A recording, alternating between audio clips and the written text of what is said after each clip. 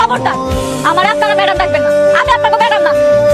Madam গাড়িটা তো আমার পিছনে আসবেন না। মেঘা, রাগ করে কেন চলে যাচ্ছ? এই জন্যই না আমি বড় লোককে ঘৃণা করি। এরা মানুষের সম্মান করতে জানে না। আমরা গরিব হইতে পারি, কিন্তু আমগো কাছে আমগো আত্মসম্মান বোধ সবচেয়ে বেশি।